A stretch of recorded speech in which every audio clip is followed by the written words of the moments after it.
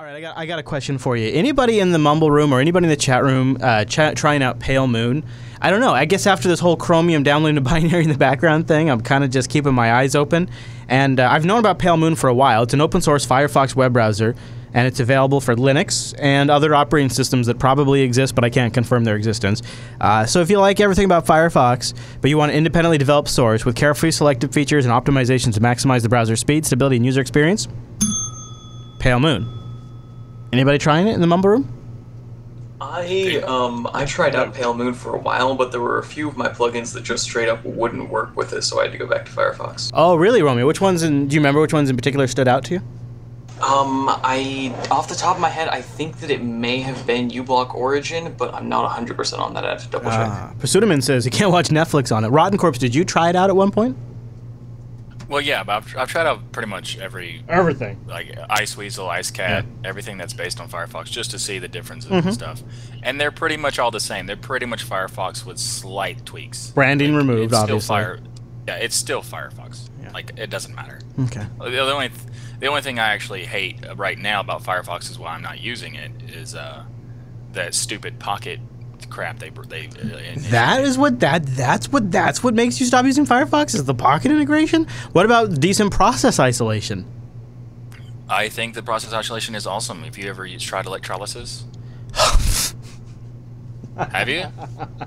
Yeah, okay. All right, fine. I'm not going to get into this. Awesome. I'm not going down this conversation again. I've done too many episodes where people have told me about all the stuff that Firefox is going to do one day. Firefox is great. You can use electrolysis it's great. Right now. No, yeah, it's great. You can get it right now. You can use it today. It's ready to go. It's production ready. That's why it's included with every single Firefox installed by default. I didn't say it was production ready. I said it was available. I'm with Chris on that one because I've used electrolysis for a few weeks on Nightly when it first came out. But it's Chris on this one. That was a long time ago when it first came out. Shut up. That's not... Chris. I would the only thing I'm going to point out is I would not enable electrolysis on my grandmother's computer just to. What about your computer you're recording shows on? Yeah, that too. Like, because I would get a call every 10 minutes. Oh, why is my browser not working? Yeah. Like. No, I mean, like on my personal laptop that I like, my XPS 13. Yeah, sure.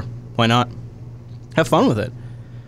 But on the machine that I'm on the machines that I'm displaying web pages on for shows and things like that, Chrome I just feel like is the best bet still. I hate it. This is Linux Unplugged, episode 99 for June 30th, 2015.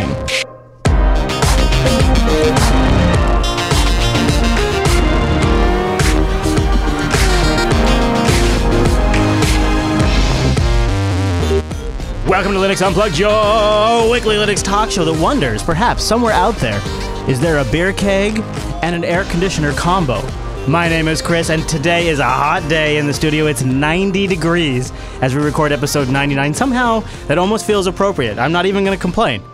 Should be hot on episode 99. Now, coming up on this week's episode of the Unplugged program, we're going to talk about Cisco buying our favorite DNS service, OpenDNS. We're also going to talk about Linux Mint 17.2 being released, the new Cinnamon edition of that, as well as Valve's huge news regarding Steam machines. And Pulse Video? Is it going to be the Pulse Audio for Linux's video woes? That rumor is circulating around the web this week. We'll be discussing that, as well as the next meetup for the Jupiter Broadcasting crew, and a little bit more. In fact, I know you guys, you'll just have to grant me this one. Sometimes I love to talk about video gaming under Linux because I feel like there's so much potential here. It's such a good system. And games need an open platform so that way artists can express their passion.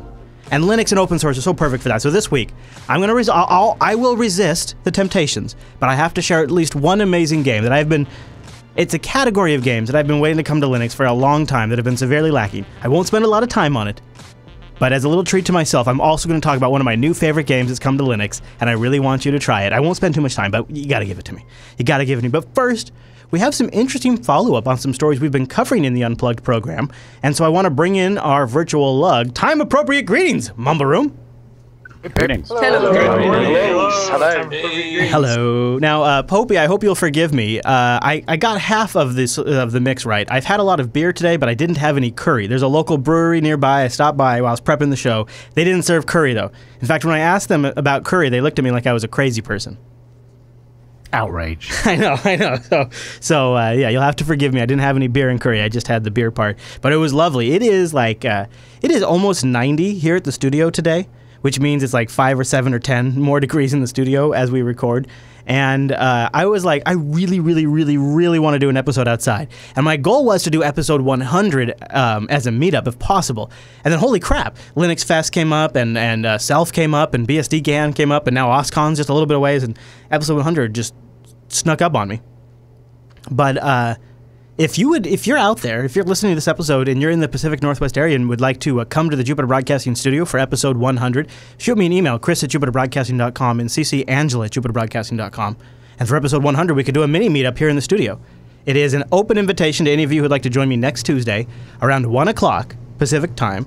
If you'd like to come in studio and hang out, join me. Just shoot an email, chris@jupiterbroadcasting.com. And if enough of you show up, I'll do some barbecuing. Maybe. And also this week, please forgive the air conditioner in the background. It is hot in here.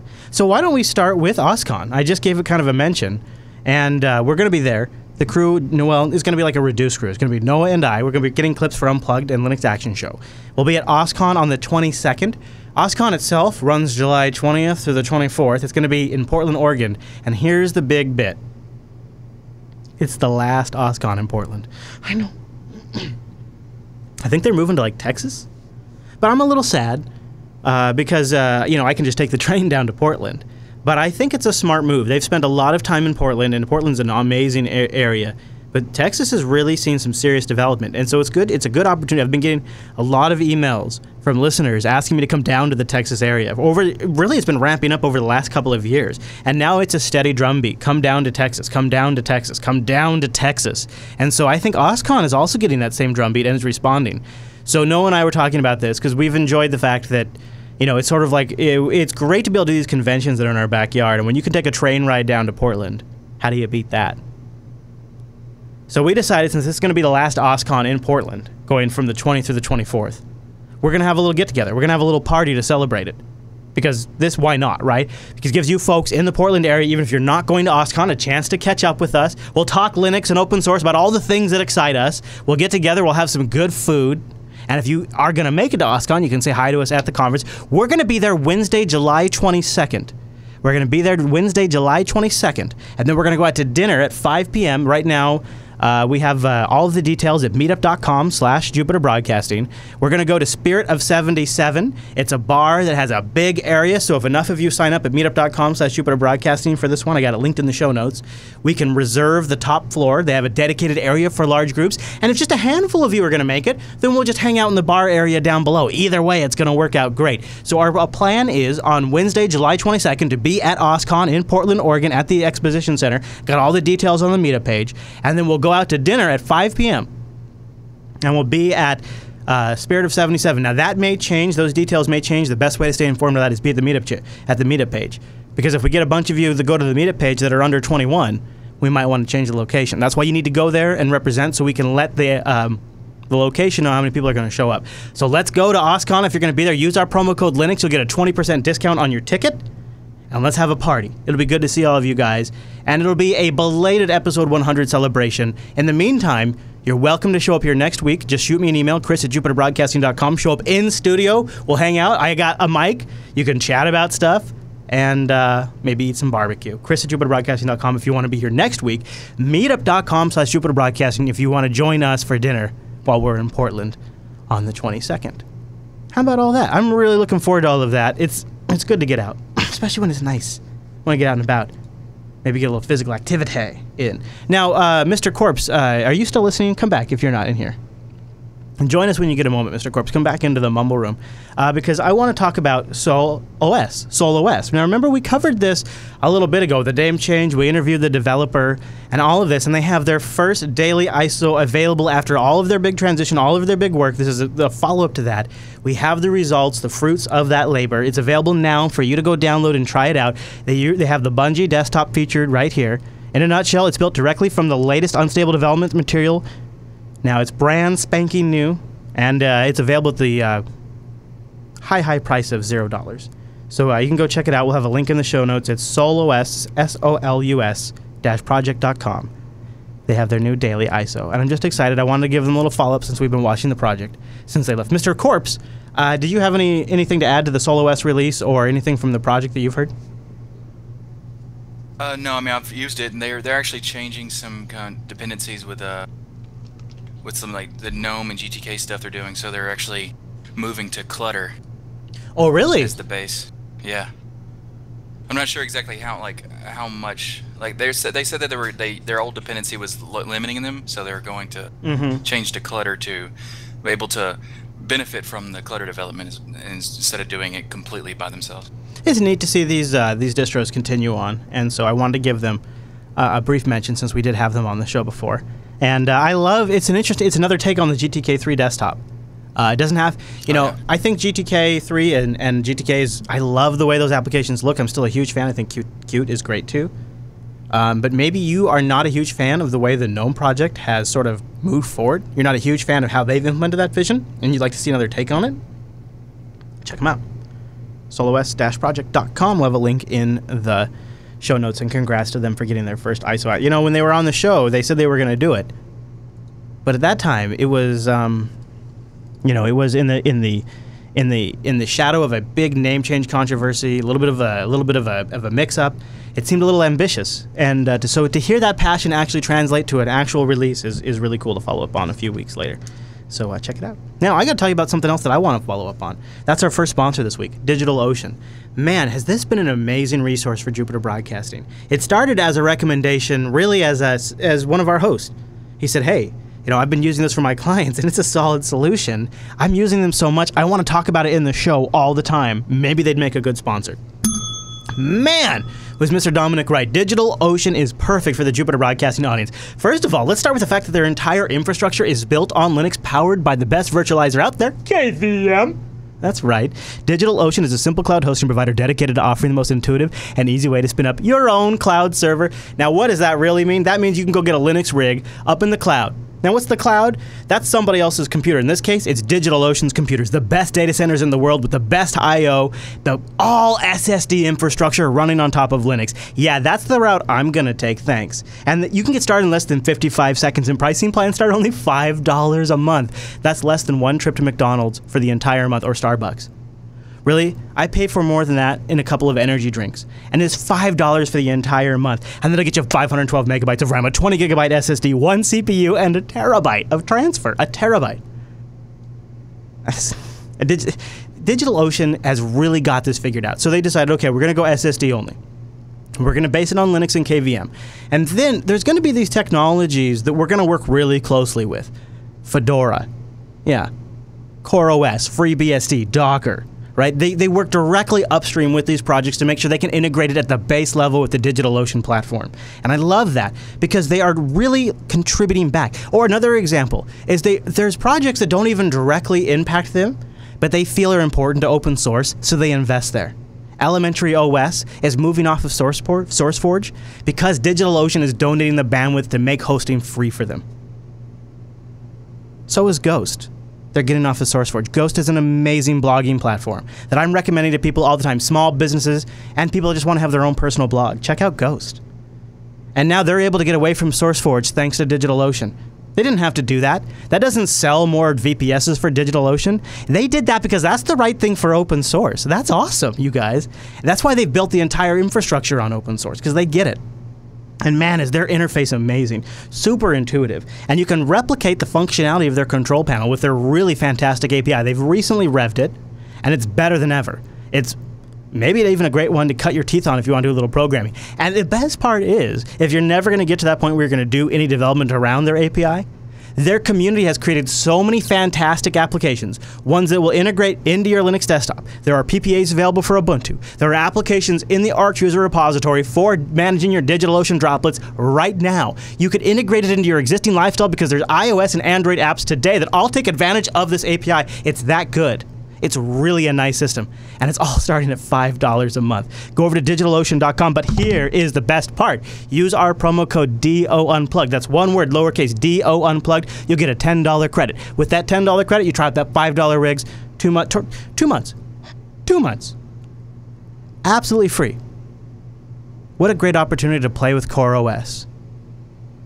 Have you heard about FreeBSD, how it's a cohesive system, about how it has ports, about how it has great documentation? Is that legit? Is it the right technology for your business? Try it out on a DigitalOcean Droplet, 2 months, absolutely for free. Just use our promo code DO Unplugged. Is Fedora 22 really the next best Fedora? Try it out, 2 months, absolutely for free on a DigitalOcean Droplet, out on a public IP with incredible bandwidth and fantastic performance. DigitalOcean.com, use the promo code DO Unplugged. Seriously, from testing to production to learning, DigitalOcean has got it covered. DigitalOcean.com, DO Unplugged, and a big thank you to DigitalOcean for sponsoring the Linux Unplugged program. Check it out. All right, so let's cover a couple more things before we get into the topic that I'm really itching to talk to you guys about. But I want to give a nod to the Mint project. Linux Mint 17.2 Cinnamon Edition has been released, and it came out today. I don't have any current plans to review it, but that may change. One of the things that's interesting about this release is it's supported until 2019. 2019. I wonder how they do that. Probably some sort of... I'm sure they just... Probably some sort of magic. So I've talked about... 1404. Yeah, I know. I know. That was the joke. Thank you. Nice. So lots of improvements to Cinnamon. I mean, this is really a performance improvement to Cinnamon. Multi-monitor support has been improved. Lots of cleanup and performance. I don't really have a lot to add here. In my opinion, the bigger story about Mint, and I mean no disrespect to the project because I think this is a totally valid track to take, the most interesting thing about Mint is that it's getting boring. I mean, really though, like it's you know, it's like the good stuff about Ubuntu with some more modern desktop takes on it and some refinements, and it's fine. It works good, and it's exactly like it continues to be a great option for a lot of people. The more it goes down this path, the less and less it appeals to me. When Mint started, it was Ubuntu plus codecs and other nice things. It was all the stuff you did to Ubuntu already done for you in a really tasteful, clean, well-designed way. And then as it moved forward, it stayed along that path, and it deviated, and Cinnamon came up, and Mate came up, and these things came up but they still kind of made sense for the overall. It's Ubuntu, but better. I think it's still that, but I don't know. I mean, for some reason, as it's gone down more the tried and true path, and it is not pushing, it's almost like it's gotten a little tired. Like Mint's a little tired right now, and it doesn't want to push the edges anymore. It just wants to continue to build what it knows to be good. The world that it's created continues to be okay, and it wants to refine and iterate on that. And I think maybe that's not all that appealing to me. Mumble Room, what are your thoughts? So my perspective on this is Mint, as my understanding when I used it, was that they do take a lot of the feedback from the community and what the community deems important as like the first thing to be solved. And I can tell you that you could pretty much complain in the IRC, quote unquote, and see results in the next week or in the next release about what you just complained. So maybe the stagnation comes from a type of user base that wants some consolidation in some aspects, and because they are doing something slightly different, and perhaps they are stretching a little bit on what they can actually do, and so they're just trying to focus that on a while until they develop the new concept and it's ready enough to roll out. That's my understanding of it. Sonso, I wanted to give you a chance to jump in too. So speaking of Linux Mint in 17.2, one of the things that they implemented for the Cinnamon Desktop 2.6 is making it better accessible for those with visual impairments and blind users. So it's begun work. There's still some work to be done, but it's going in the right direction. Yeah, I agree. Now, Popey, maybe, let's look at, there was a really cool video of Mir 8 and the new task switcher coming out. A lot of changes are coming. Boring could be good, right?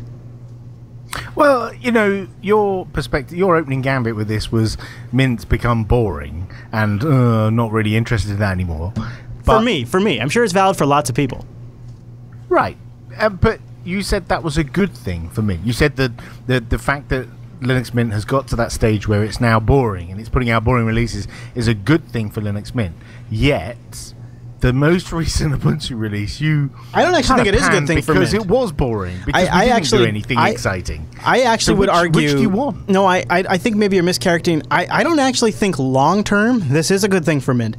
I think long-term, this is a sign that Mint is tired. This is a sign that Mint isn't going to truly innovate much more, and that Mint is building out its base, its world, its island, its embassy.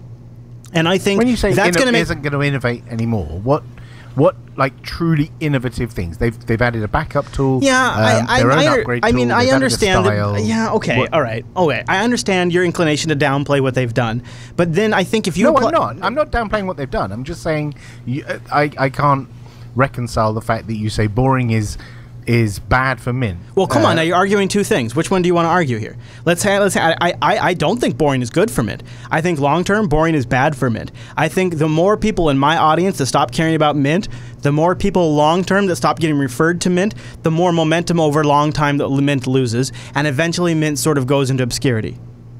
I think the stability is good. A lot of people want something that isn't going to throw a new desktop at them, something that isn't going to move things around, and something that they know that they can upgrade, and they'll get the latest version of LibreOffice, the latest kernel, the latest this and that, the latest toolkits, the latest Mate or Cinnamon or whatever they choose. They'll get all that latest stuff, but they know that when they boot the machine up the next day, it's going to look exactly the same as it did yesterday. Yeah, maybe absolutely. With a few little polishes yeah, here and you know, there are a lot of people who want that. Yeah, and those people buy Macs and Windows. But I think the important thing is that to show the user how to use their computer, right? So they don't want a desktop to always be changing. They want a desktop to kind of stay stagnant for a little while. You know what I mean? What if a desktop changes every week or every month? That's kind of put a wrench in the user's interface. Come on now. Let's have a rational, serious discussion about this, and let's not argue the outlier scenarios. Here's the reality: if you're a consumer who values stability and long-term support, you're gonna buy Windows or Mac OS because that's what the reputation is. Come on, let's be honest. If you're a Linux user, then you know about things like RHEL, you know about things like Ubuntu LTS. You understand this game. You're already in here. I think sometimes what we get caught up in is we pretend like we're marketing to some sort of pretend user who's never going to be a Linux user, at least not this generation around. And so what we do is we get caught up on designing these systems that are amazing for this person that doesn't actually exist. Because in reality, those people buy based on brand loyalty. That's what it comes down to. What brand do I trust? I trust Dell, I trust HP, I trust Apple, I trust Microsoft, I trust Best Buy. I don't trust Mint. I don't know what the hell that is. I don't know what a Mint box is. I don't trust that. I don't buy that. If I want stability, if I want something that's going to work for 5 years, I don't buy that. I buy a computer that gets Windows 10, or I buy a Macintosh. And that's the reality. And we can all pretend like that's not the reality because it makes us feel better, but the truth of the matter is the market tells us that's the reality. So what we have to acknowledge is there is a certain demographic that uses the Linux desktop in mass. That's developers, that's enthusiasts, that's technical people, that's advocates, that's us, that's this audience. And for those people, Mint is boring. And those are the people that, like Noah, who buy laptops and SSDs to convert people, because that's the reality of where we're at right now. Those people will be the people that recommend things like Ubuntu and Mint. And there's only so many people that are going to continue to recommend a distribution that is basically tired and sleepy. I disagree. I think I would actually do this more just because they are stagnant, because, I don't have to maintain that too much. I think people who get help from Noah are using Ubuntu or are using Mint not because they trust the brand, they do it because they trust Noah. And that's how it's been for a very long time. But Noah and Altispeed is a brand. I mean, rethink about the way you think about brands. Noah is a brand to his clients. His company is a brand, and they trust that brand. So Noah can give them this thing called Ubuntu that they've never heard about because they trust brand Noah, right? They're not trusting Ubuntu when he gives them an Ubuntu laptop, just like they're not trusting Linux Mint. And if they didn't have Noah, they would buy something that's a Mac, or they would buy something that runs Windows. Plain and simple.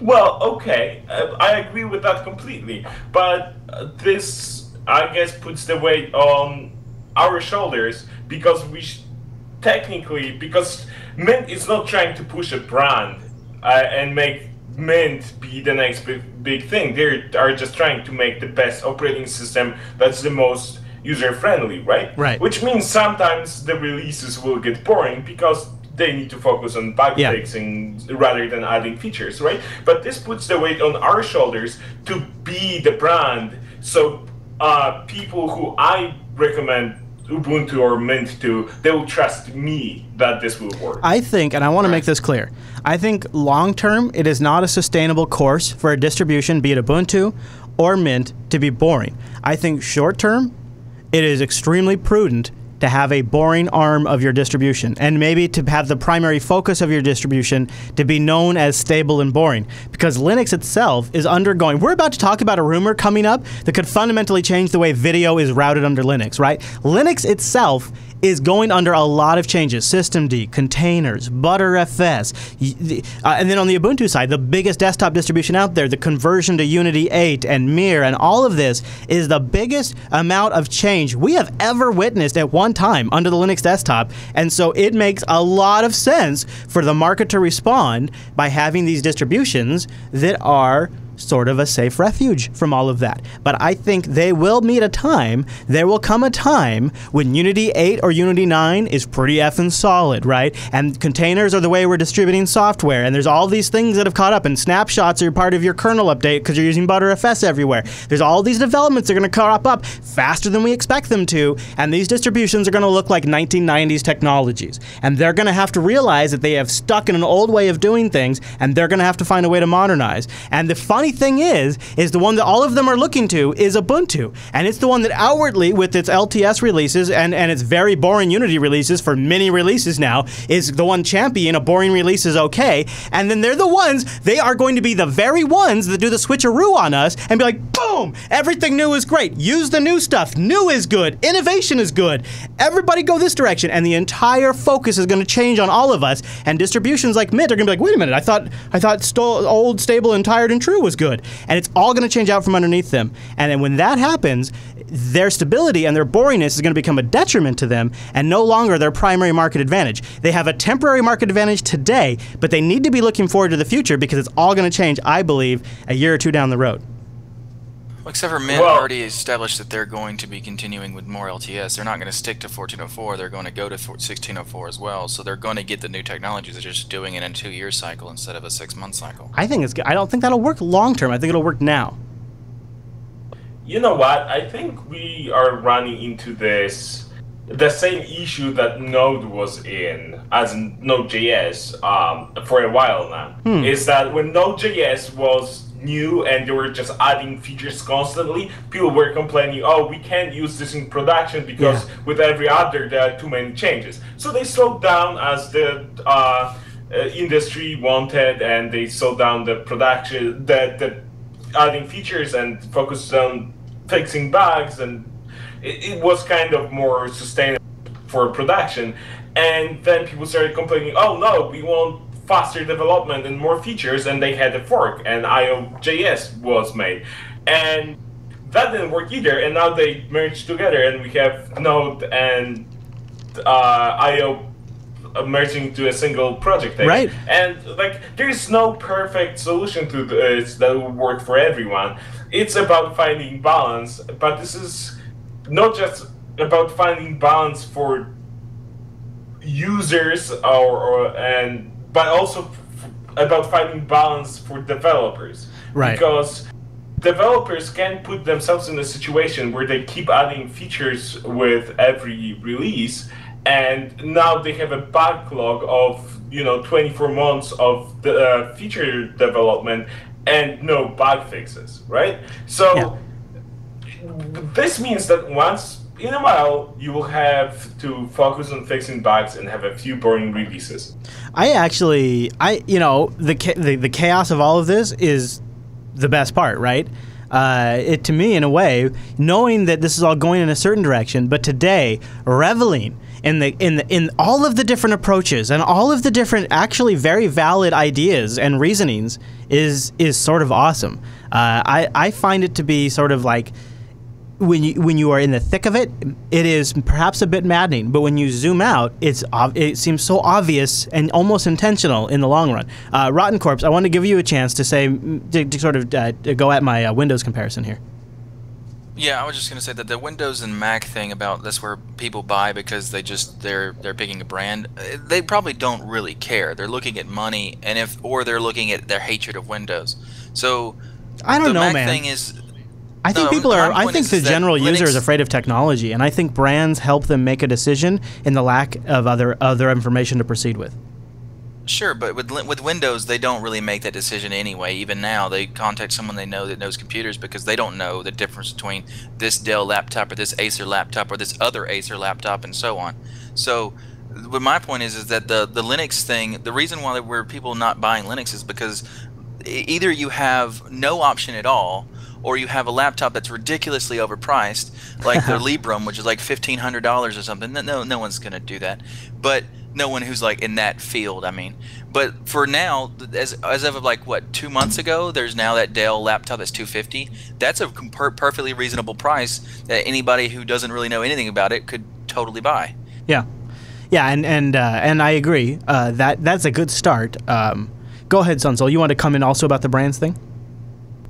Yeah, just to add on to what Rotten Corpse is, like most people don't even know what Linux is. I mean, now unless you're in the tech area or you use it and you recommend it to your friends or your family or whatever. Yeah. But other people who don't live in this sphere that we live in, a lot of people don't know what Linux is. Yeah. And when you, like, for example, like in my scholl, I mentioned Linux to people who are like, "What is that? Is that a terminal? Is that just a black window with words?" That's that's why it's called Chrome OS. That's why it's called Chromecast, not Linux Cast, not Linux OS on the Chromebook. It's not called the Linux book. It's called the Chromebook. It's not called Linux mobile. It's called Android. Right. People just don't know what's going on, and I think if people were more aware, or kind of or they wanted to be more aware, I think that would kind of help the issue. See, and this is where I don't think this is ever going to change. And maybe it's because I've been doing the Linux Action Show for 9 years, and it's never changed in that 9 years. Maybe it's because Linus Torvalds said that Linux is successful when people don't know they're using Linux, and so it's even at the very top of Linux. And maybe it's because companies are motivated to brand things as their very own, even when that company is a company like Canonical. They want to brand it as their own and not call it Linux. They want to call it Ubuntu, or they want to call it Android. This is the natural inclination of the commercial entities that are involved with Linux. So maybe it's one of those three reasons. I think the community and I think the public at large will never, ever accept Linux as a brand as anything but a technical thing, because these three major interests, it is in their best interest to rebrand these things, to rebrand these technologies, to own these technologies, to make them look bigger and better. And to be honest, open source makes that possible. It's kind of the beautiful thing about it, is it is a general technology enabling platform that allows people to create products, services, and all kinds of other things around it. And so people like Google and people like all other companies like Samsung can take it and call it whatever. They can call it Tizen. They don't have to call it Linux. Well, but that means that the general public is never going to trust the name Linux. And so we cannot expect that things like Linux Mint are ever going to be applicable to an average user. That is a bullshit fantasy. That's why I call it Mint and not Linux Mint.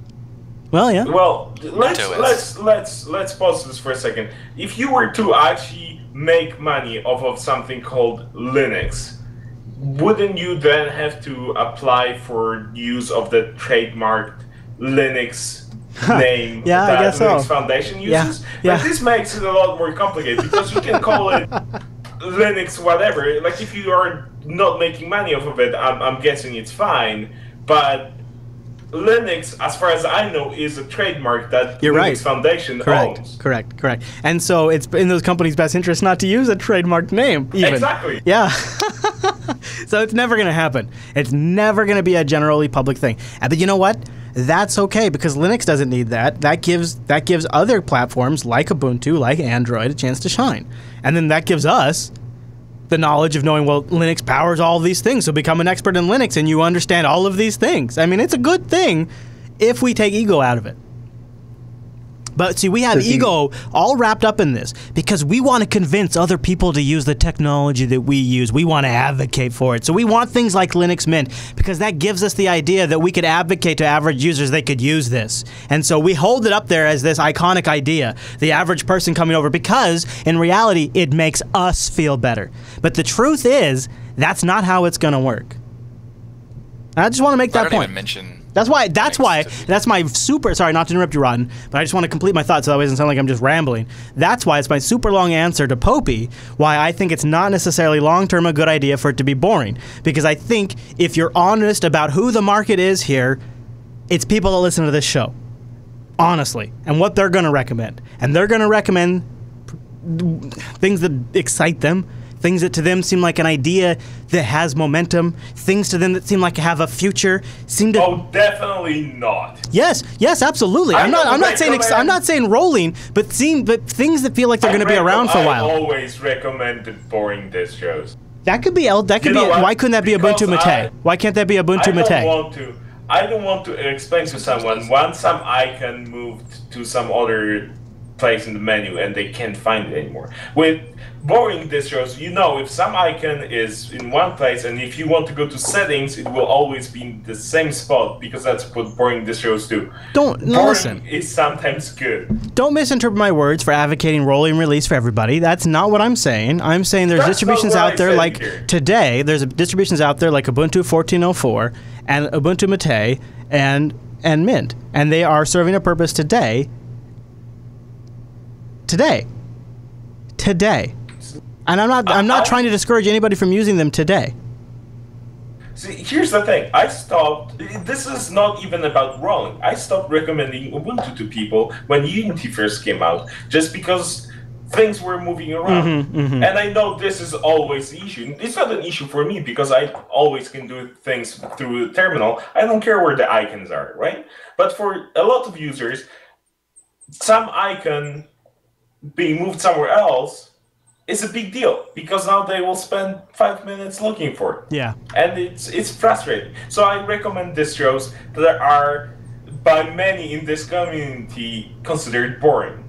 Now I want to give Daredevil the final thought, and because I'm happy to just put my thoughts in episode 99, and I will replay this clip in 2-3 years and see where things stand. Now, but Daredevil, you wanted to get a point in, so I'll let you have our closing thought. So apparently they are selling Mint boxes and they have their user base. They are one of the few distributions that has a system to get feedback from the users and do like that even the other users can see the feedback, because just the Software Center alone that has the ratings and the comments, you can have a perception just by using the system of what is changing or where people want change. So from those things, I think Mint has enough data to make their own decisions. I think it's too much of us to say that it's boring or it's not going to be good just based on what we're seeing as not using the distro, because apparently they have other things going on that we're just not aware of just yet. I mean, how much are they selling of Mint boxes? Which type of users are acquiring these Mint boxes? Why are these companies deciding to partnership to make Mint boxes in the first place?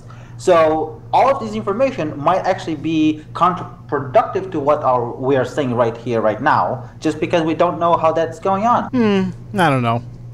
I think the evidence is in the fact that Canonical refocused on the desktop or refocused on mobile and gave up on the desktop, even though there's vendors out there shipping it. But you know what? I'll leave it at this. LinuxActionShow.reddit.com. We'll have a feedback thread for 99.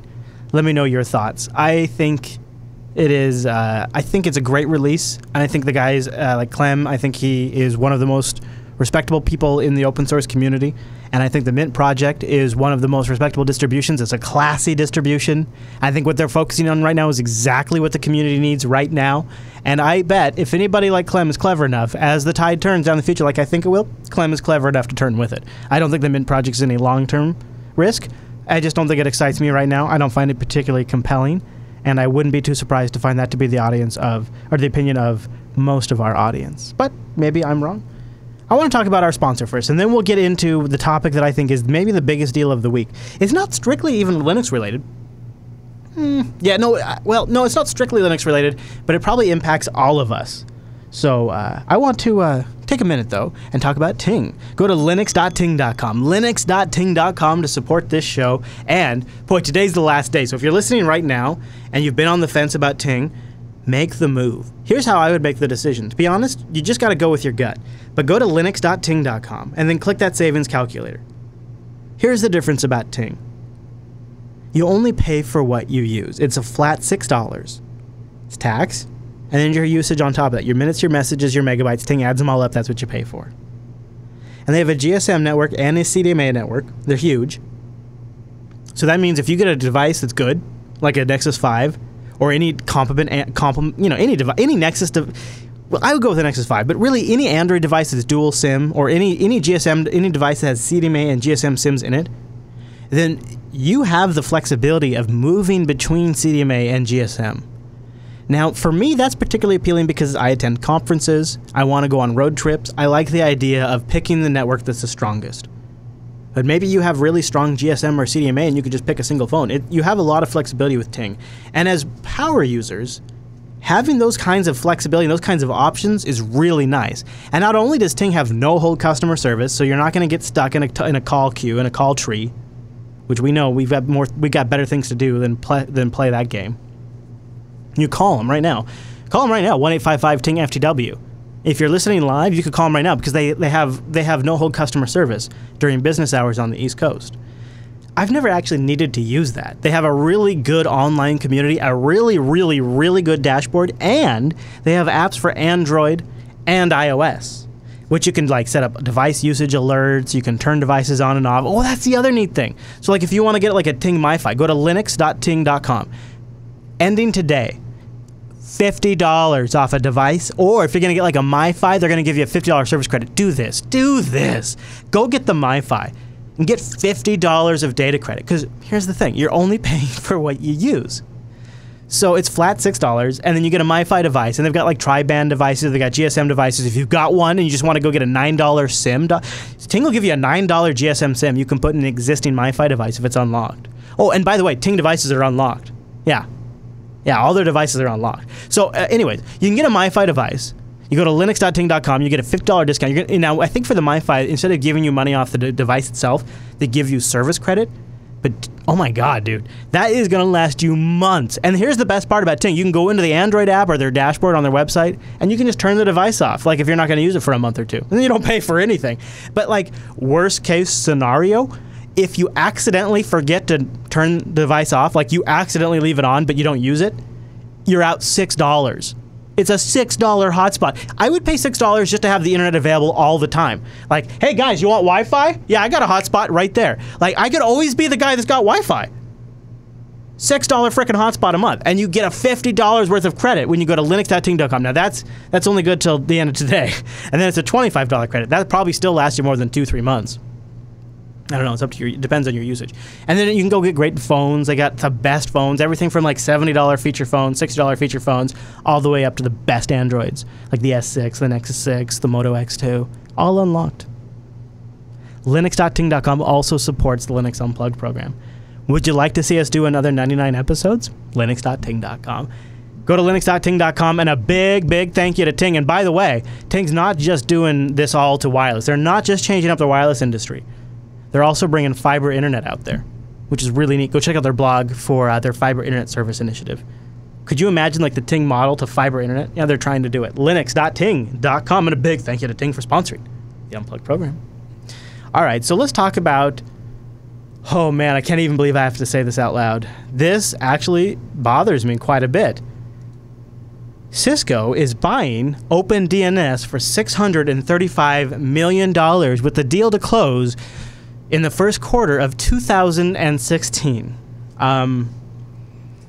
OpenDNS has, it's special to me. OpenDNS is a service that you can go to help filter out porn, gambling sites, malware, all from afar. You just set your DNS up to the OpenDNS servers, and you can create an account, and you can set up a client if you have a dynamic IP address, and it automatically filters these things. And as a parent, this is such a great solution. I don't have to worry about putting, parental controls on each individual computer. I set it at the router to use OpenDNS, and I filter it there. Or as a client contractor. I could go into my clients and be like, yeah, you want me to block malware and viruses? I could do some global filtering. Let me set your upstream DNS to OpenDNS. It's such a cool service. And in fact, not only do I have like that connection to it, but in terms of traffic to the Jupiter Broadcasting website and the YouTube channel, on YouTube alone, our coverage, I'll pull it up right now. Let's see, it's in here somewhere. OpenDNS, 178,000 people watched my video on OpenDNS, and way more downloaded on OpenDNS. I did a coverage of OpenDNS on December 19th, 2008. This is extremely embarrassing. I mean, this is extremely embarrassing. But I'm going to play it for you because I want you to know how near and dear OpenDNS is to my heart. But this is the most embarrassing thing I've ever played on this show. In this episode of an in-depth look, I'm going to go deep into OpenDNS and maybe why you should be using OpenDNS for your network. The alternate title for this episode was, hey, look at OpenDNS. How awesome is this? How come I never knew about this? OpenDNS in this episode of an in-depth look.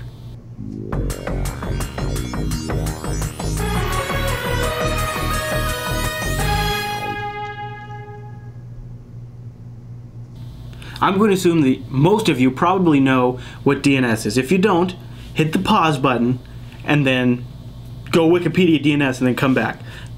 Quick summary is it helps you resolve IP addresses to names. If you browse the web, you're using it. If you send emails, you're using it. So I've always just used the DNS provided to me by my ISP, who happens to be Comcast, which, you know, sure. I thought DNS was DNS, no big deal. And then lately there's been some talk about OpenDNS and how it was patched against a vulnerability that had come out that a lot of the main ISPs hadn't patched against yet. Some poisoning issues where someone could type in a URL and a poisoned DNS server could give you a bad record and send you to a site that was either bogus or a phishing site or something like that. And that kind of piqued my interest, so I thought, well, I'll go check out this OpenDNS thing, see what this is about. So I jumped to opendns.org, and the thing that immediately struck me right away is they put their DNS IP addresses right there at the bottom of the page. So there was no hoops to jump through, no account to sign up. If I wanted to start using OpenDNS, I could. And it was fairly evident to me pretty quickly that one of the advantages to doing that would be OpenDNS seems to have regional DNS servers, which for me, I'm in the Seattle area, and they have a data center here in Seattle. And they have a bunch of other ones around the United States, and they're adding them around the world.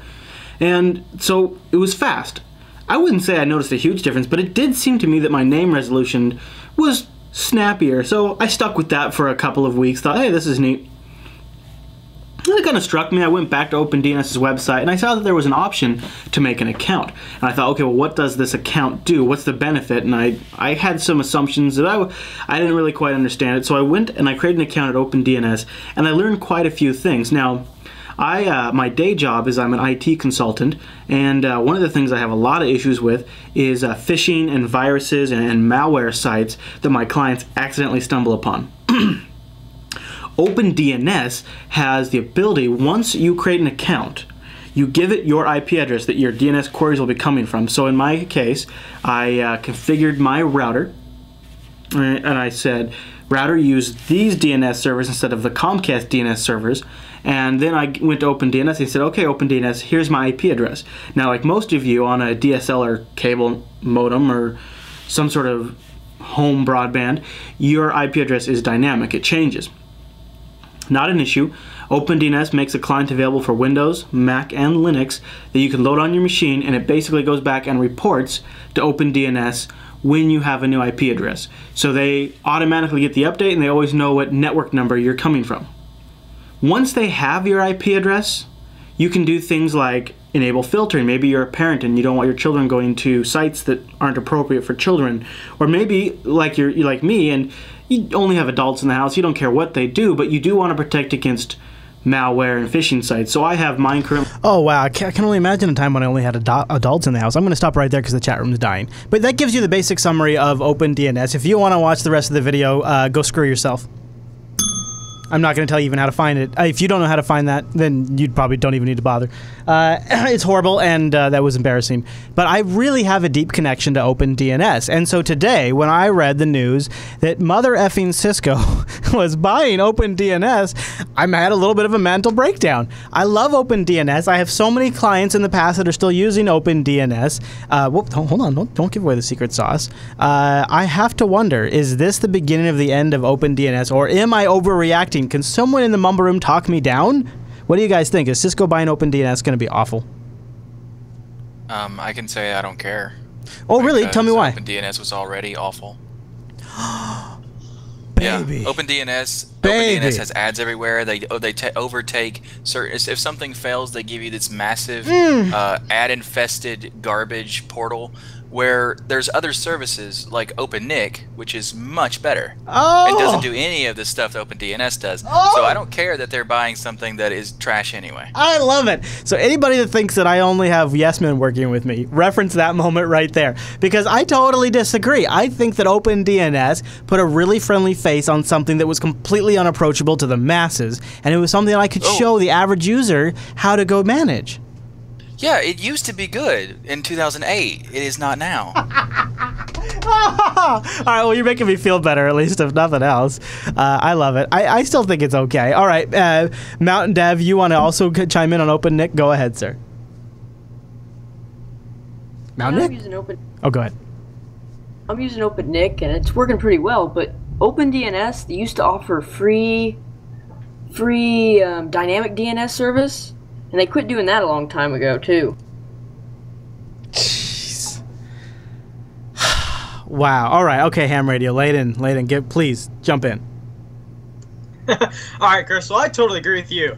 I love OpenDNS. I've used OpenDNS for years. I have configured all of my clients' computers. Whenever I work on a computer for a client, I always switch them over to OpenDNS. There you go. There you go. Even if they don't use the filtering, I always switch them over to OpenDNS. I've been using OpenDNS for myself for years, my family for years. I've used the filtering. I think it's great, and I love them. Can I ask you something? If you say you give it to everybody, have you tried anything else? Damn it! No. All right, so. You make I'm super. You actually, I was seriously kind of going. I was getting on the bum train. And I had an express pass to Bumtown, and you were actually making me feel a lot better about this. So apparently, there's other things to try out there. But Corky says, "I love OpenDNS, Chris Lass, and so do hundreds of other sysadmins." Corky, how come the hell you're never in the Mumble room? Damn it! I could use your backup right now. But you know what? I will give OpenNIC a shot. I'll switch it over here. Now, also, we have covered on the TechSnap program, if you have watched. There are times when using Google DNS and OpenDNS and OpenNIC aren't necessarily the best. Sometimes, now this is less and less of a problem, but sometimes CDNs have a hard time figuring out where you're coming from when you use these global DNS services. So anyways, I won't talk over my pay grade, but Alan goes into more details in TechSnap, and you can do some searching around the web for that. Oh, okay, I got to give Rikai a plug here. He says, because this Wikipedia has always got sound advice. He says, I gave up on OpenDNS when the redirect failed DNS resolutions to their custom search page. Yeah, the custom search stuff is total crap. When Rotten mentioned that, I kind of had to agree. But Imacon says that OpenNIC doesn't have any kind of filtering. Is that true, Rotten? It doesn't have any filtering that by default, but you can do filtering. All right, so I can say block porn, block malware, block gambling. Not at that level. Not at that level. So it doesn't do what OpenDNS does at all, then? No, most people don't even use OpenDNS for that. They use it to get it off of their current ISP or to not use Google or stuff like that. No, it is to provide network-wide prevention of porn and spam and malware. I don't know. I've never tried to filter my DNS, so I've not even tried to do OpenNIC. So it's because you never want to stop having porn displayed on your screen. That's why. Well, I always found it very effective with the filtering. Popey, can I ask you a personal question? Because you're closer than I am, and I'm much further away from this. But have you considered parental filtering? And if you have you considered OpenDNS? So I actually use OpenDNS. My router or the box that connects me to the internet actually has those the OpenDNS as the default DNS servers. So my kids around the house have iPads, Android tablets, computers, and they all default to whatever the router gives them, which is OpenDNS. Same and here. It is set to block all the naughty stuff. But I'm not using that as a replacement for being a good parent, and also it doesn't work in some situations. Like, they can still read the comments on YouTube, they can still visit like pretty crappy videos on YouTube. Yeah, if So there's it's not crap on perfect, YouTube, it doesn't prevent that. Right. It does not replace parenting. But where I notice it is if I want to go to one of those websites, I have to change the DNS settings on my own device in order to override my own controls. Are you concerned at all about two things? One, are you concerned about Cisco mucking this up? That's the first one.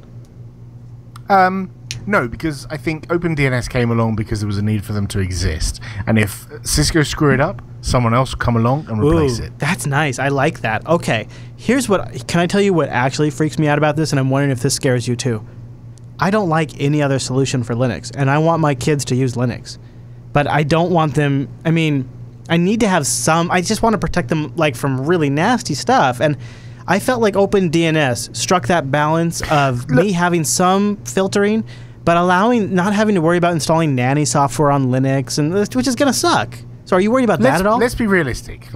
What are you trying to hide them from? Rotten.com or youporn.com? What exactly are you trying to protect them from? Because the fact is that most children are more vulnerable to things like members of their own family. I'm not accusing you, Chris, but they're more likely to be attacked by a member of their own family, or it would be in a chat situation. So something like someone connecting to them on Instagram or WhatsApp or something, which won't be blocked by any of these tools. So they are almost 100% ineffectual. They make you feel better, but they actually don't do that much good at all. Wise. Very wise. Inagogo, you wanted to make a mention about a proxy server here. Well, the proxy server seems to be the best between both worlds, because it blocks subdirectories of certain websites, and it blocks domains, and it caches stuff depending on how you got it set up, so you can bring down your users and filter bad sites. Yeah, I like that. You're right. That just takes more work, and it makes me want to use pfSense, which isn't Linux-based. But you're right. That would be a great solution. Rikai says OpenNIC has DNS blacklisting. There's also Norton Connect Safe DNS servers that have filtering against porn. You know what? There's going to be a lot of porn filtering stuff out there, so there's a lot of solutions, I'm sure. But that's less of my worry. Like, my daughter recently, she's got an iPhone, and recently she signed up for Instagram, and I didn't know this at the time. And we thought we'd educated her, and the school do a good internet safety thing. But, she took her phone to a theatre where she was performing, and backstage with all the other kids, they were all talking about their Instagram accounts. So she set up an Instagram account. Now, she's in a completely different network as a guest on their Wi-Fi, where they don't use OpenDNS. So any controls that I implement at home are completely useless because she sat on someone else's network. And that's going to be more and more the case, isn't it? Right. Yeah. Good point. Yeah, that's the reality, especially for kids, is it's going to be on these mobile devices. And yeah.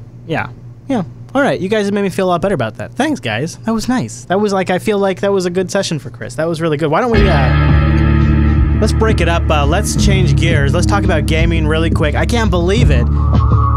Valve says that the pre-orders for the Steam machines and the controller have sold out. Valve is sold out of the controllers as of today.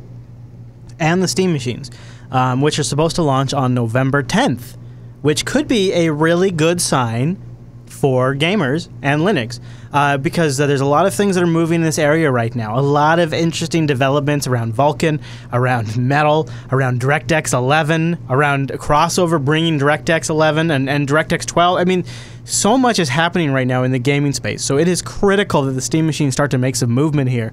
And the fact that they're sold out, I think, is a good sign. But Rotten Corpse, you're disappointed by it. Tell me why. I'm disappointed about the news because I neglected to get a controller before this one. Yeah, same here. Oh, okay. I ordered the controller and the link.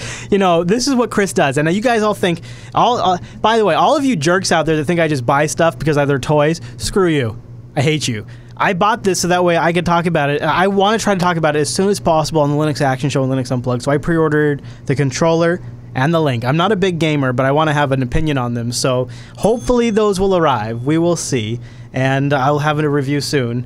I don't know if Valve can make the ultimate controller, but we'll see. Mountain Dev, you say it's disappointing, perhaps? Why do you think so? Well, it might be because they underestimated the amount of people that would buy the controller. Perhaps. I think it builds a bit of a buzz. Exactly. That it gives it press by saying, "Hey, we sold out," so even more people are talking about it, so even more people are wanting it. So then when they get this is not the only shipment they're ever going to do. So it's just going to give more pressure for the next time that they do it. Exactly. And here's now. If you want to, who wants to take bets? Let's get a poll going. Chat room, do this. Will it ship? The Smack Zero, will it ship? Yes or no? Somebody start a straw poll right now. Smack Zero, will it ship? Yes or no? Also known, it was previously known as the Steam Boy. It is a handheld Steam machine. Are you seeing this thing? If you're watching the video version, it's precious. It's got an AMD embedded G-Series system-on-a-chip graphics. It's got the Eggwater-based CPU, and of course, it's got some built-in Radeon graphics with 4 gigabytes of RAM, 32 gigabytes of memory, and an SD card slot. Yeah, it's got a 5-inch touchscreen with a 720p bad boy resolution, and also configurable tactile gamepads, HDMI output, Wi-Fi connectivity, and 4G mobile connectivity in the Pro model. It is a handheld Steam machine. And I would cast my vote as never ship. Straw poll. Somebody in the chat room go make it. Will the Smack Zero ship? Yes or no? Rikai says yes. What'll happen is Ben Heck will just put a PC in a tiny box, and there you go. It's done. All you got to do is watch Ben Heck's YouTube channel, and he puts everything in tiny boxes. Job done. Yeah, that is. Or try and battery power the Steam Link with some form of display. What we need to do. That's all go ahead. Obviously, I think the best solution is just to make the NVIDIA Shield work with the Steam stuff. Yeah, that would be nice. And you got pretty much the exact same thing, but also a full controller and not that weird Game Gear looking thing. So Miker89 has his ear to the news here. He says pricing comes out in August with possible launch mid-2016. I want one of those. I would too, actually. I want one. I would kind of want it. I feel like if this doesn't ship, we should do a segment on how to build one somehow. There's got to be a way. This has got to be doable now. I think it's called. I remember what it was called on the Pi to basically do NVIDIA streaming. Yeah, exactly. Or actually, you could do Steam streaming. You could just if there was some way to get the Pi to do Steam Link or something like that. You'd basically have all that you need to have to get this thing to work. All right, so I teased it earlier just before we get out of the gaming altogether. I know you guys, a lot of you out there don't care about gaming that much. If you would just like a nice, casual, fun game that's a little exhilarating, kind of gets the adrenaline going, doesn't have a lot of setup, doesn't have a lot of story, it's a racing game. It's called Distance. It's the game you never knew you wanted on Linux, but it's here now. I've been playing it for a couple of weeks. It's, I think, still kind of in the early stages. Distance is a survival racing game that combines intense action of arcade racing with the exploration of atmospheric world. Now, I'll show you what that means here in a second. What I actually do is I crank up... this is kind of embarrassing. I crank up Deadmau5 in the background and I play this game. But here, I'll play a little bit on the video version for you to see. It's a really intense racing game in the future, and it's a lot of fun. And it does have a great built-in soundtrack as well. As you can see here, you're driving around, you get booster, you get thrusters, you gotta make jumps. The tracks are very futuristic and crazy, and you get points for making additional moves. And it's multiplayer, which is a lot of fun, and it's right now it's available on Steam. It's called Distance. And it is playable. Here's the other thing I like a lot about it, is it's playable on my XPS 13 in 4K resolution on the Iris 5500, and it scales up very nicely up to my dedicated desktop with an NVIDIA 770 or 780 something graphics series. So it plays very nicely on a wide range of Linux desktops. You may even be able to play this one with the open source graphics I've experimented a little bit with the open source graphics at a 1080p resolution and was still able to play this game. So this is one of these games that is nice to kind of actually still get a little enjoyment out of your video card without having to load the proprietary driver. But if you do load the proprietary driver, then you get things like 4K resolution, or you get things like on the NVIDIA machine, like you get the music pumping, you get the high resolution stuff going. It scales up pretty well.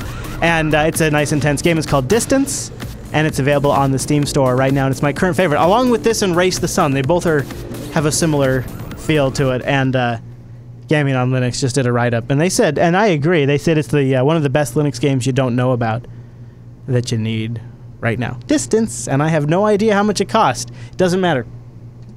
It's worth it. Go check it out. It's on Steam. It's not open source. It's not free.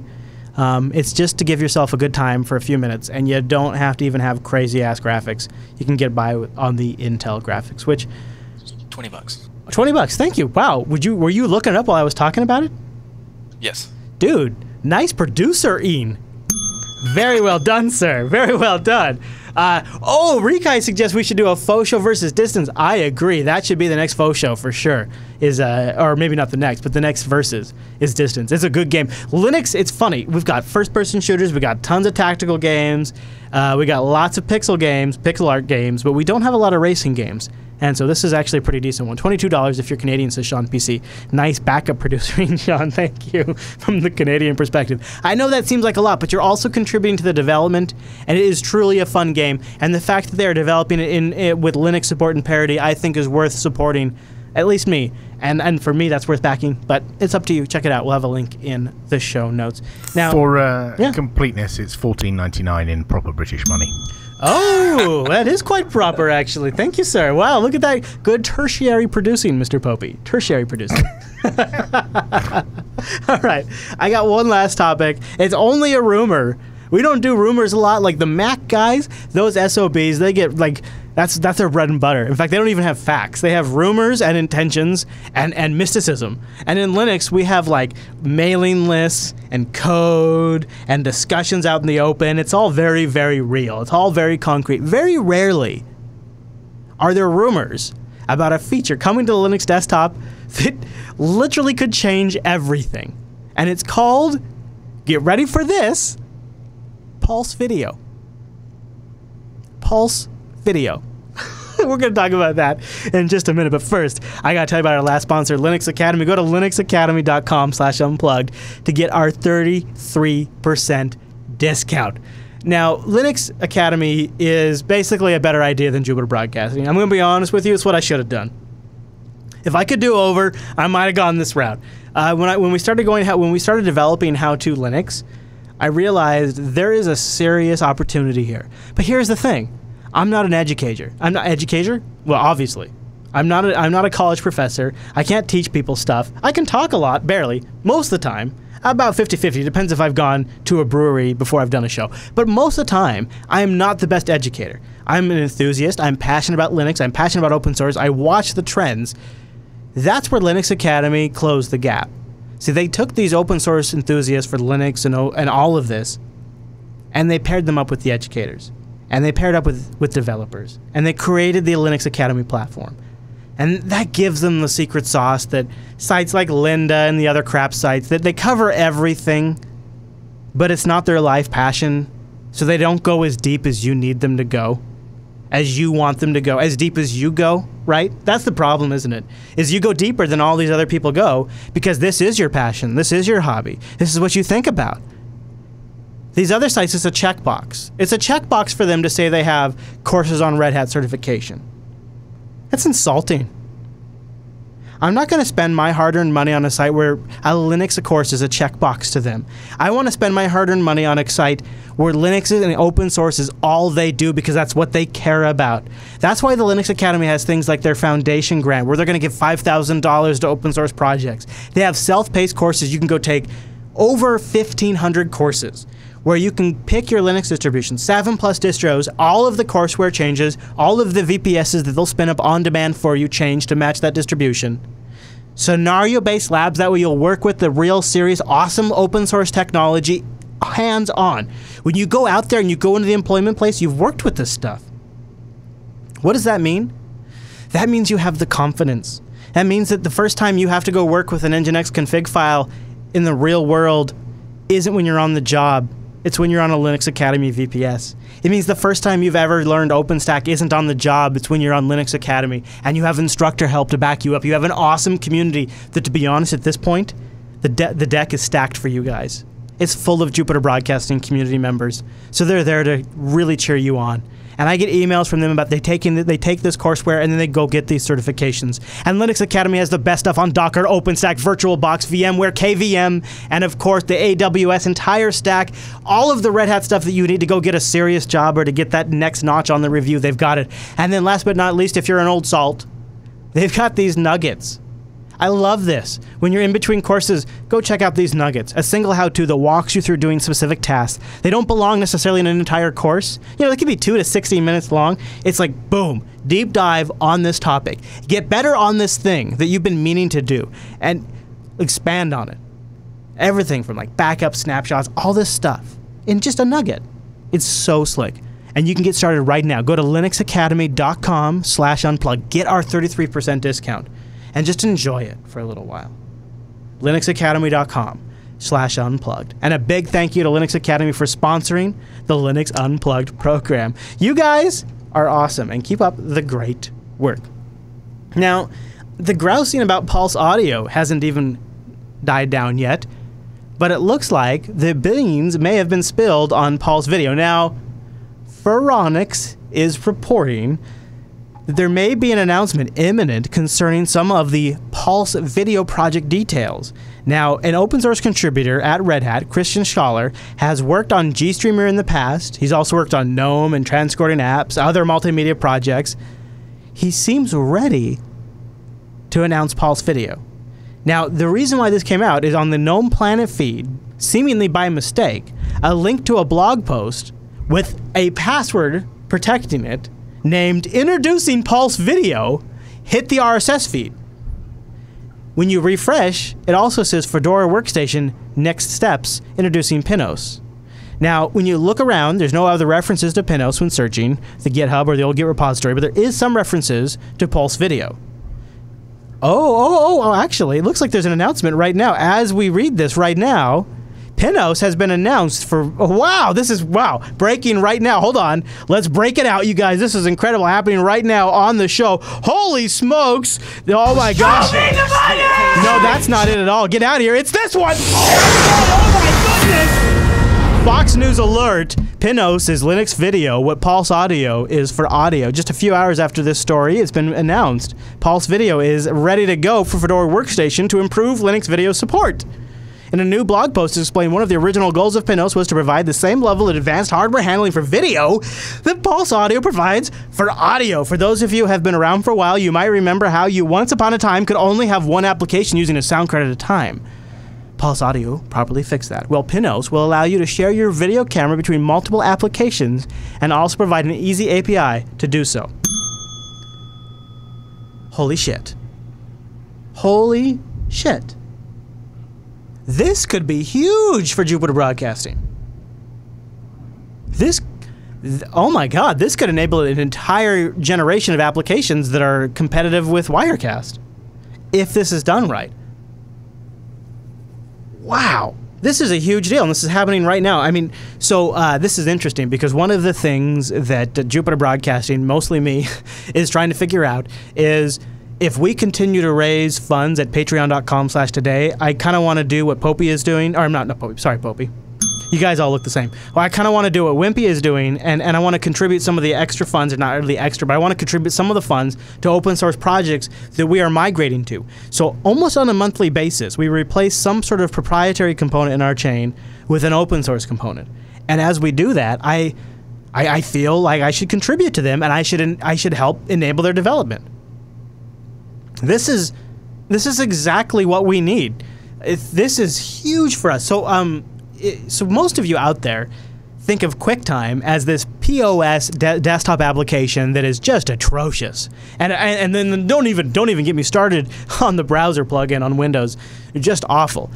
In reality, the QuickTime API and the subsystem on OS X is amazing. It's what enables Final Cut and Wirecast and Motion and iMovie and Pixelmator and all of these, and core graphics and core audio and all of these things that are available on OS X that are actually really good, that by passing have this horrible reputation. Oh, QuickTime, such a piece of shit.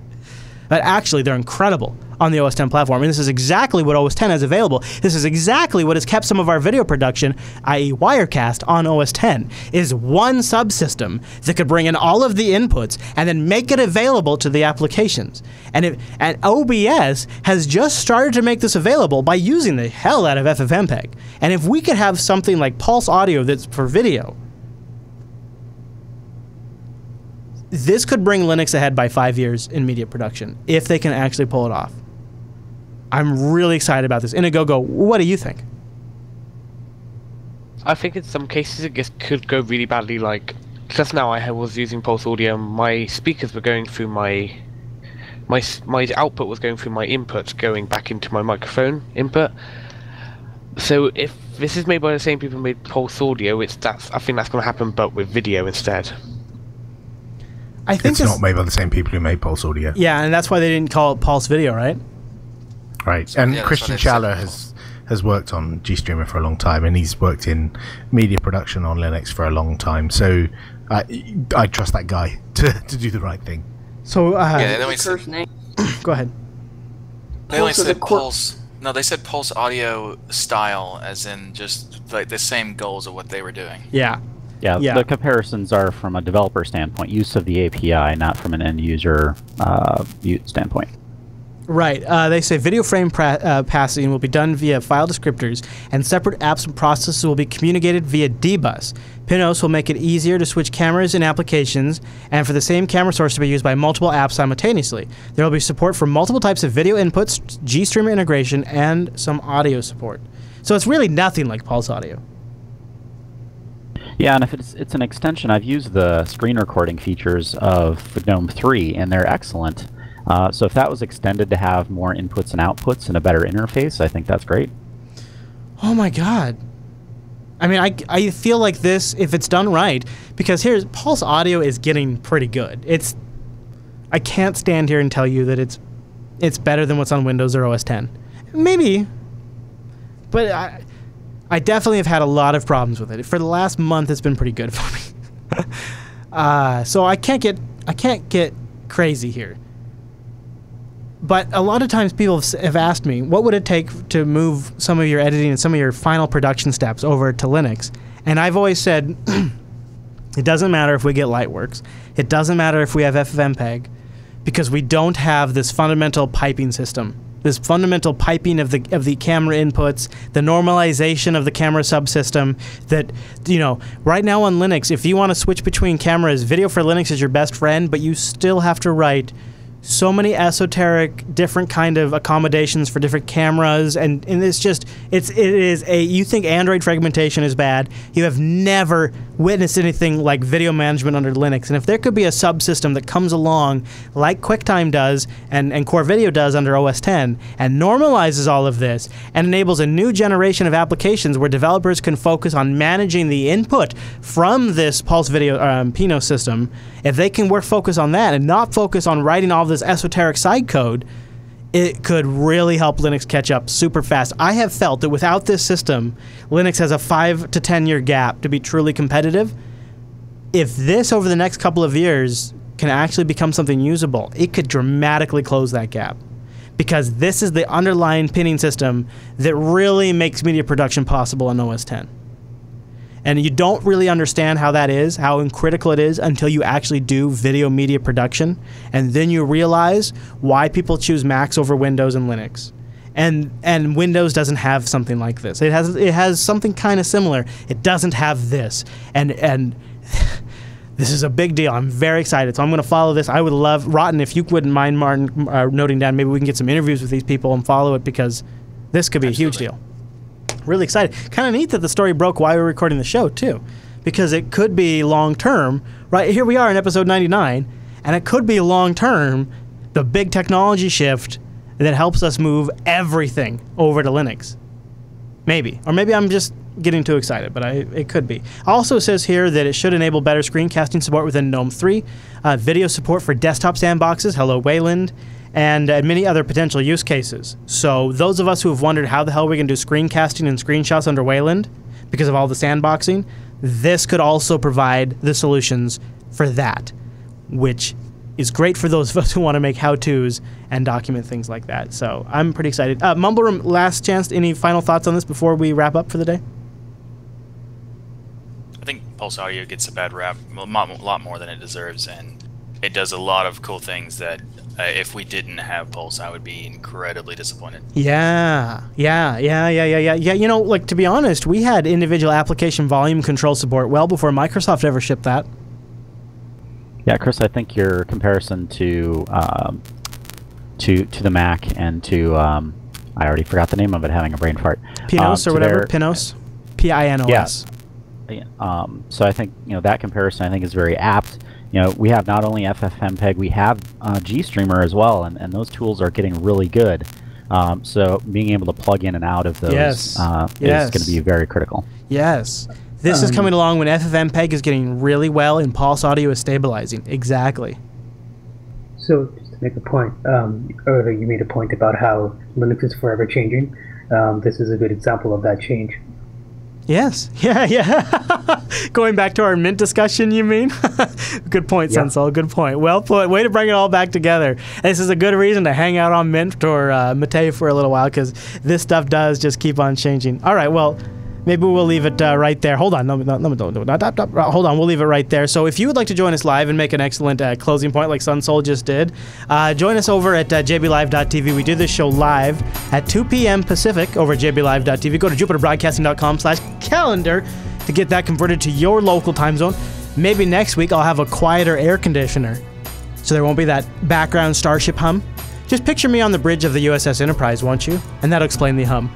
linuxactionshow.reddit.com. Contribute to the show. Give us links. Also, there'll be a feedback thread for episode 99. And don't forget, email me if you want to hang out for episode 100 in studio.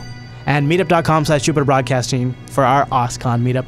And remember, promo code Linux if you're going to buy a ticket for OSCON. All right, everybody, thanks so much for tuning in this week's episode of Linux Unplugged. See you right back here next week.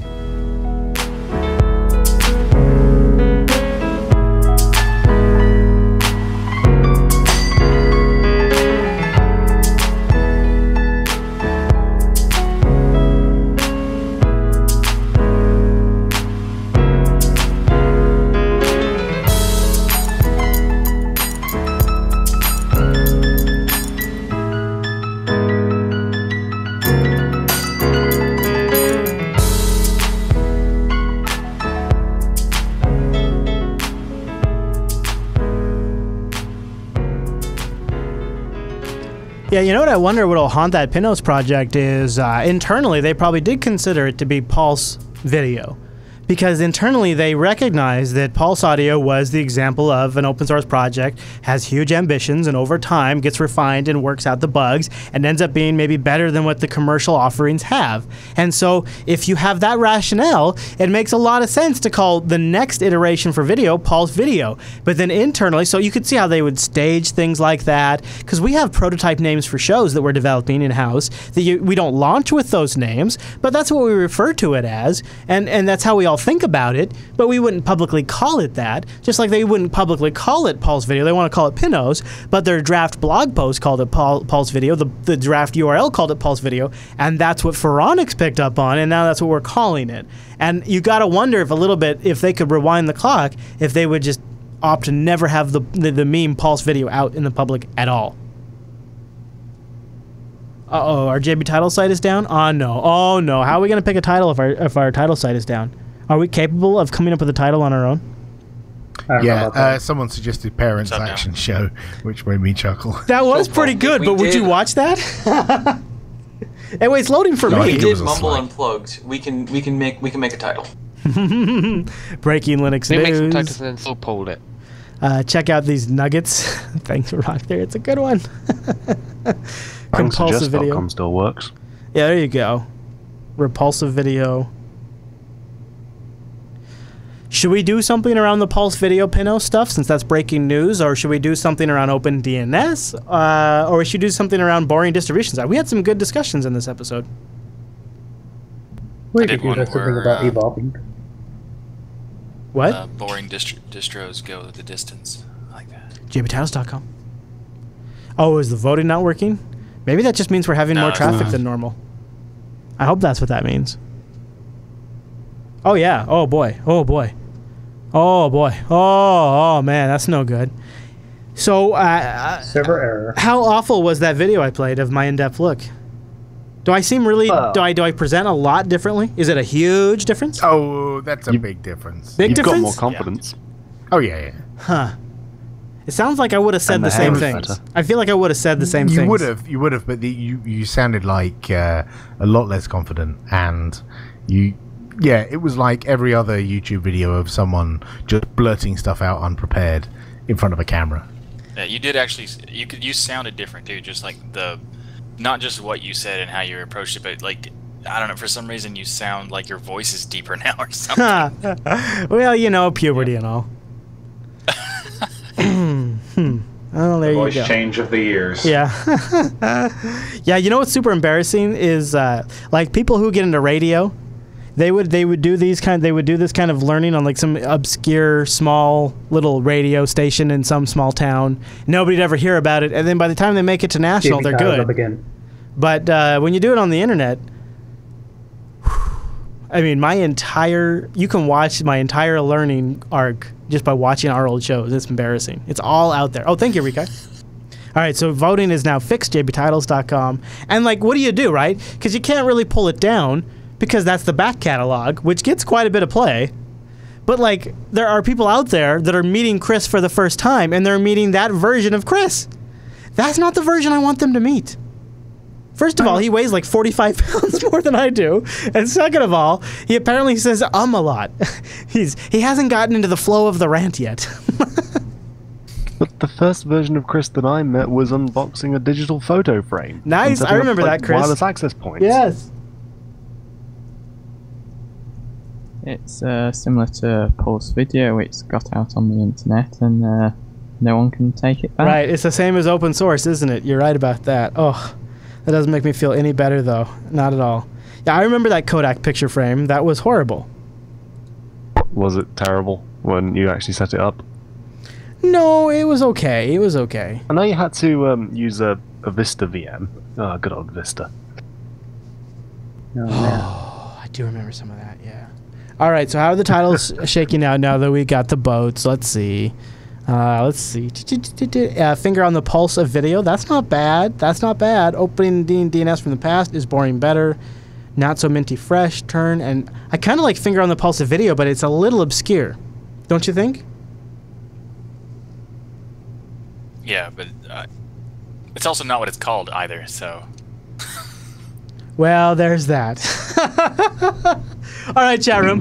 Come on. We got to get together. Everybody go there and concentrate your votes. We got to go. In the meantime, I want you to think about one thing and one thing only. That is mustaches. What's driving me crazy is that photo right there. Zoom in on that. It's one of those cops in a black uniform with a mustache. And you just look like an absolute clown freak that works for murdering terrorists that jack our food and water. I think you're a big joke. Oh, you got a mustache. I'll just worship you. As long as you got a mustache, it's okay. Nothing against mustaches. That always makes me feel better. Ham, did you want to ask me now, or did you want to ask off the air? Off the air is fine. Okay, all right. So jbtitles.com, jbtitles.com, Finger on the pulse of video is boring better. I don't think I want to do is boring better, rotten. Just it's a good one, but I feel like it's territory the Unplugged show has kind of analyzed before, maybe with a new angle today. But if you're looking at it without knowing the context of the discussion, you might be judgy. I feel like that's why I also just suggested Pinot Noir. Pinot Noir. I like that. All right. Okay. Is finger on the pulse of video. I kind of like finger on the pulse of video. I think we're going to go with finger on the pulse of video. How do we beat that? How do you beat that, right? Not so minty fresh. Wine. Pretty good. With wine, I like it. Yeah, I do like that too. All right. Will somebody go out there and try the new Linux Mint 17.2 and then give us a review next week? Does anybody in the mobile room mind doing that? Anybody want to take that? Nobody? Going once? Going twice? I'll do it. Thank you, sir. Who was that? Who said that? Who we got? That's Romeo. Romeo. Thank you, Romeo. Anybody else? Anybody else? I'll give it a go. If no one did. Ubi, you give it a go? I'll give it a go. What's the worst that can happen? Popey? You get sucked in by the boringness. Popey? I grabbed the torrents earlier on today, and I was seeding like a good man. And so I've got them locally. I might as well give it a go. All right, so I just started using it. Sunsoul. Okay, all right. So would you guys how about next Tuesday? Since I talked my mouth I'll off be at the about it. barbecue, so I can do it there. What? I'm going to the barbecue if that's next Tuesday. Yeah. You're gonna be here. You're gonna show up. I mean, I'm in Portland, and there's a bus that goes straight up to Seattle. So Good man. That would be amazing. All right. So email me so I know though, because if I get like 2 or 3 people to email me, I'll get some food. Otherwise, I'm not gonna buy food.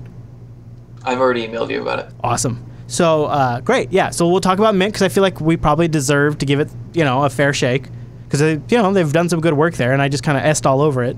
And we'll have some barbecue. That'll be fun. 100 is gonna be awesome. I like it.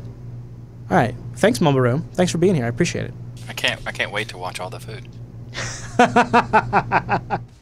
Welcome to Linux Unplugged, episode 99, where today we're going to be talking about text editors. Freestyle, what do you think? Guess what I've tried yesterday? What did you try yesterday? I have tried Emacs. Among other things, because I've also tried Atom, the text editor from the guys over at GitHub. I tried Sublime Text 3, which is currently in alpha. I've tried Sublime Text 2, which everybody seems to love. And I'm an avid Vim user. So I have a lot to say about text editing right now. So what is your favorite choice now? See, this is a really tough question to answer because I am not a fan of Vim style editing or VI style editing, if that's what you want to call it. What I do like is my specific Vim setup. So I wouldn't mind moving to a different text editor if it could provide me with what I already have and what I already like about my Vim setup. That being said, transitioning to anything else is always kind of weird. So I've been every few months jumping around to different text editors and trying stuff out just to see what all the fuss is about. And have you tried Lighttable? Because it seems to be that Lighttable you can really have your own configuration like you have in Vim. So once you have your Lighttable configuration, you will never change it, I guess. Is Lighttable the one that Brackets is using? No, this was an independent crowd-funded project that is open source, I think. Well, it is open source, that I know. I'm looking at the website of Lighttable right now, and here's the issue that I see already, is that it doesn't stand out in any way. Well, it stands out because it comes with very basic settings, and you have to push your settings afterward and create your own workflow, I guess.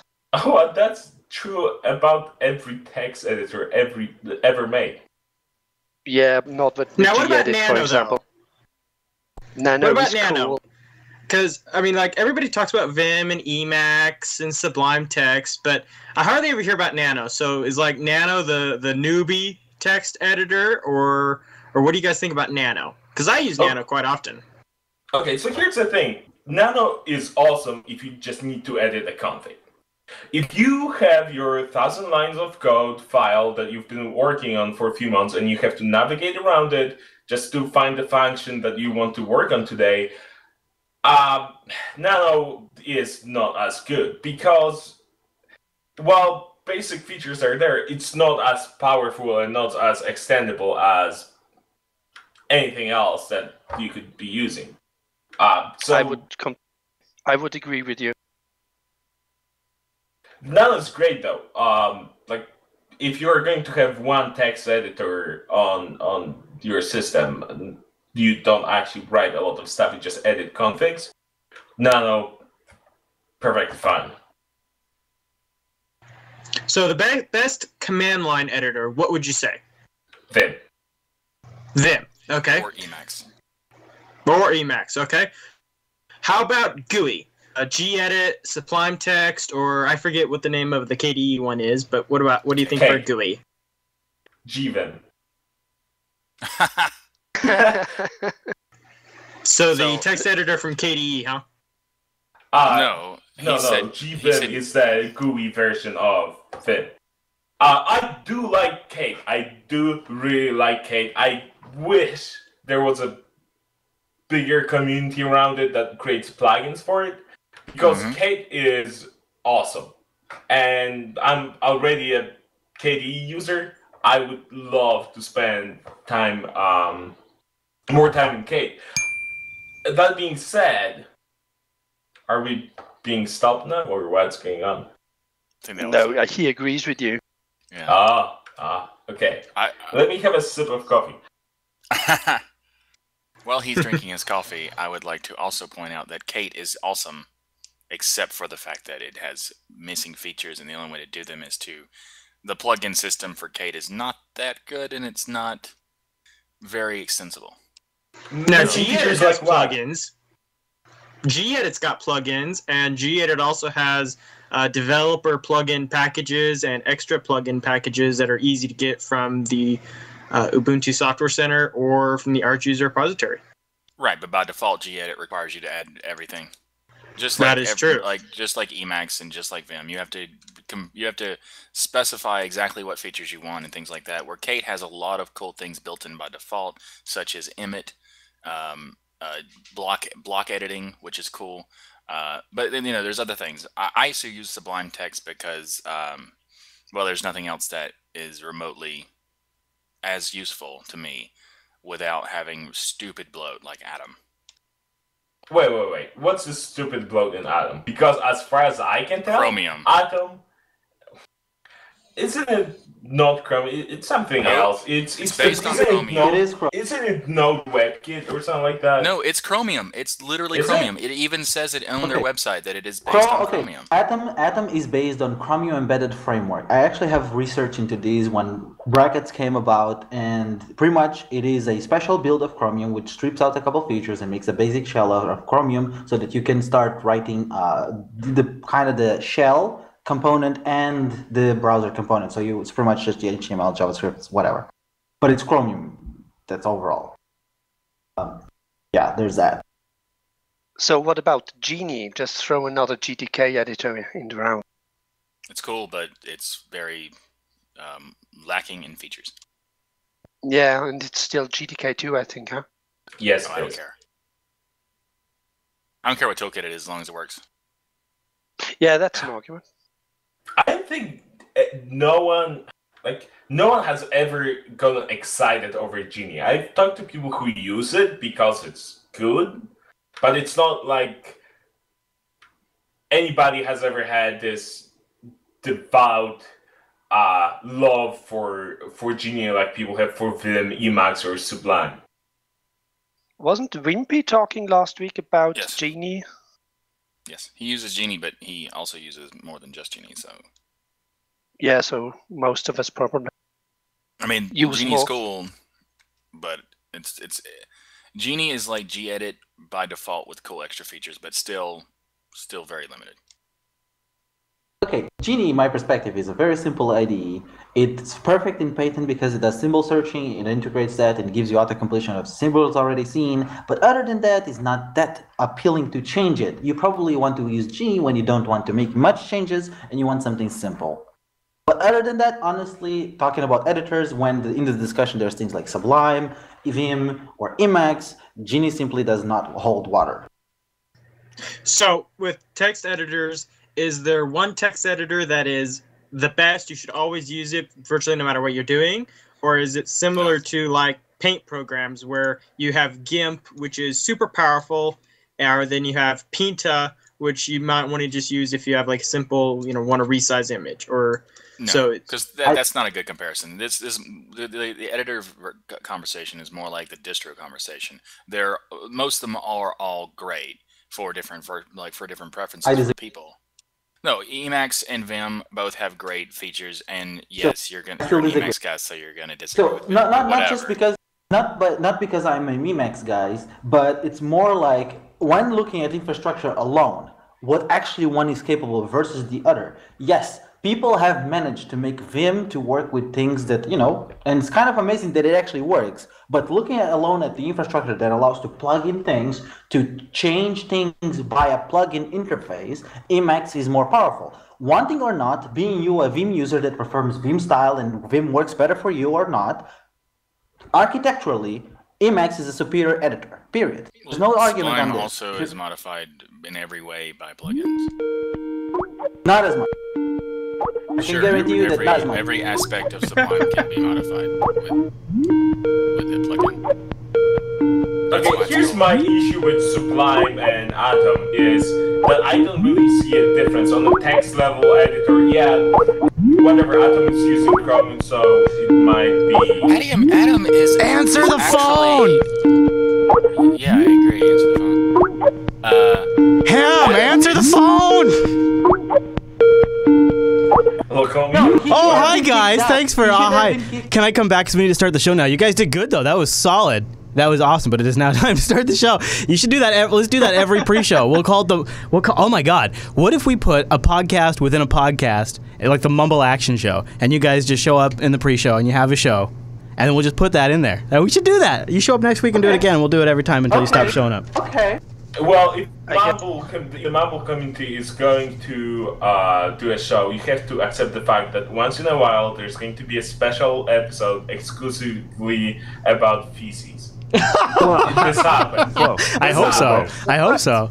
Yeah, we should call it Mumble Unplugged, right? It should be Mumble Unplugged. It'll be during the pre-show. It'll be like our warm-up show. It's like, how like before a band comes out, you have a pre-show. Like you guys could be like, it could be the Mumble Action Show or it should be Mumble Unplugged. Or maybe Chris Unplugged because my mic's off. And you guys get to have the show. I don't get to say anything. Apparently, according to ZFS for the win, I can't use the soundboard either because apparently the soundboard equals commentary. I didn't know, but I think I agree. The more you know, the more you know. I guess it does add a little context to the show. And so, out of that, that's how we go. That's how we roll. I'll respect that. I won't use the soundboard. I'll mute my mic, and you guys can have Mumble Unplugged. And then I think we should probably call it Mumble Unplugged. And then it's the Unplugged Mumble show in the Unplugged show. It's meta. It's like GNU. It's like GNU and wine. It's perfect. It's perfect for our community.